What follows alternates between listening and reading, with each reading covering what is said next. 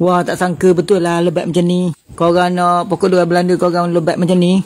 Berbuah, berbunga, berputik tanpa henti. Takkan korang tak nak tahu apa rahsianya?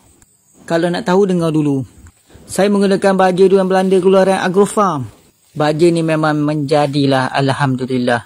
Jangan korang fikir selepas tabur terus menjadi.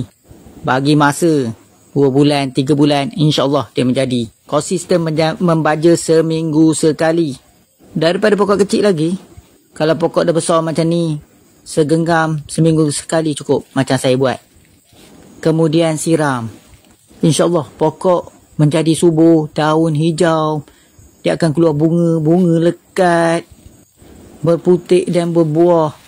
Buah lebih besar, lebih manis. Ada juga yang bertanya, kenapa bunga tak lekat? Masalah bunga ni ada bermacam faktor. Kadang-kadang kita kena bantu juga pengembangan dia. Kita ambil bunga jantan dan bunga betina, kita kahwinkan je. Itu akan membantu bunga untuk lekat putik dia. Mungkin ada masalah kat situ, kita bantu. Dari segi pembajaan, baja ni lah paling sesuai. Baja Soulsoft Fertilizer ni, keluaran Agrofarm. Korang cubalah baja ni, macam saya cuba. Jenilah saya guna, seminggu sekali, konsisten. Kalau korang berminat dengan baja ni, dapatkanlah di beg kuning di bawah tu. Kalau korang nak dapatkan harga lebih jimat, beli 3 paket sekaligus.